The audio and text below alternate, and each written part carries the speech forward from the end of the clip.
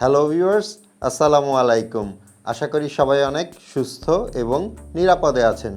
আমরা যারা স্মার্টফোন ব্যবহার করি বেশিরভাগ মানুষেরই একটা কমপ্লেন আছে যে ফোনের চার্জ বেশিক্ষণ থাকে না, মানে ফোনের ব্যাটারি দ্রুতই ড্রেন হয়ে যায় কিংবা ব্যাটারিটা বেশি দিন লাস্ট করে না।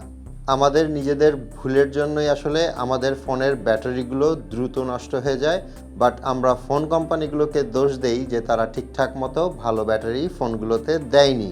একটা জিনিস সবসময় মনে রাখবেন, স্যামসাং, শাওমি, অপ্পো, রিয়েলমি যেই কোম্পানি হোক না কেন, তারা কিন্তু কোয়ালিটি চেক করেই তাদের ফোনগুলোতে ব্যাটারি ইনস্টল করে থাকে।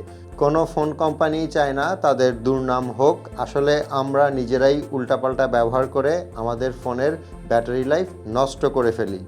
আজকের ভিডিওতে আমি 5টা বিষয় নিয়ে কথা বলবো যে কারণে আসলে আমাদের ফোনের ব্যাটারিগুলো দ্রুত নষ্ট হয়ে যায়।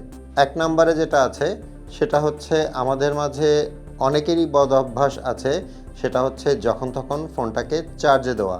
মানে ফোনে হয়তো চার্জ নেই, ঠিক তখনই তার মনে হলো যে আমি এখন একটা মুভি দেখব কিংবা গেমস খেলবো এবং ইনস্ট্যান্টলি সে কী করলেন, ফোনটা চার্জারে দিয়ে গেমস খেলা শুরু করলেন কিংবা ভিডিও দেখা শুরু করলেন অথবা ফেসবুকিং করা শুরু করলেন।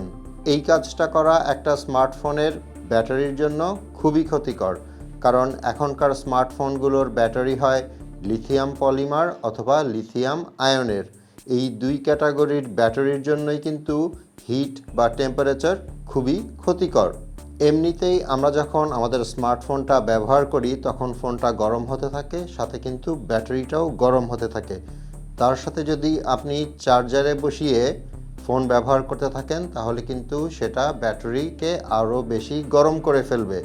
আর এই কাজটা যদি আপনি প্রায় করতে থাকেন তাহলে ব্যাটারি আস্তে আস্তে দুর্বল হয়ে যাবে এবং ব্যাটারিটা বেশি দিন টিকবে না। সো ফোন চার্জারে দিয়ে কখনোই ব্যবহার করবেন না। এরপর 2 নম্বরে যে ব্যাপারটা আছে সেটা হচ্ছে অনেকেরই বদ অভ্যাস আছে যে রাতের বেলা ফোনটা চার্জারে দিয়ে সকালবেলা ঘুম থেকে ওঠার সময় সেটা চার্জার থেকে খুলে নেন। আমি আমার আগের একটা ভিডিওতে বলেছিলাম যে এরকম করলে খুব একটা প্রবলেম নেই, কারণ এখনকার স্মার্টফোনগুলো কিন্তু যথেষ্ট স্মার্ট।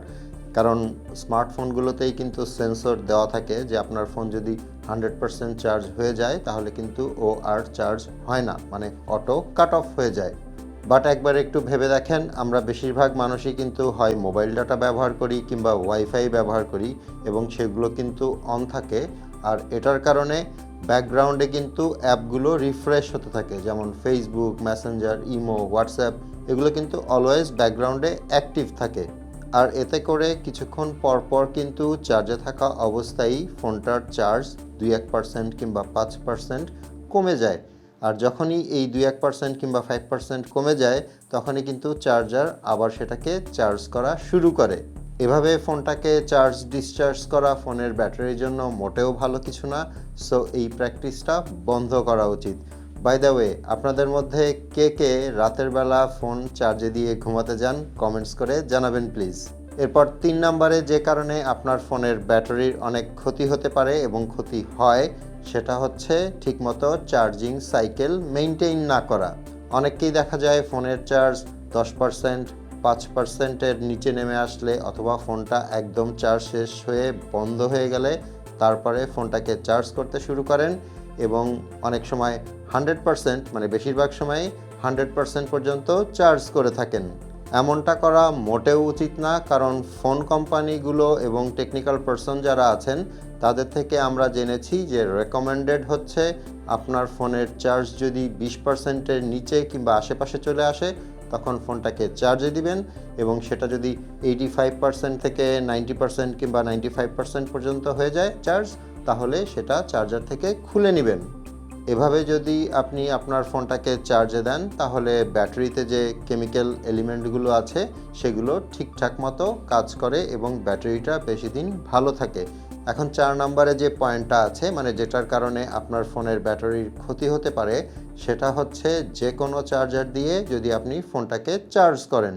প্রতিটা ফোনের সাথেই কিন্তু চার্জিং অ্যাডাপ্টার দেওয়া থাকে, আর যেসব ফোনের সাথে চার্জিং অ্যাডাপ্টার থাকে না সেখানে কিন্তু মেনশন করা থাকে যে ফোনটাকে কত ওয়াটের চার্জার ব্যবহার করে চার্জ দিতে হবে।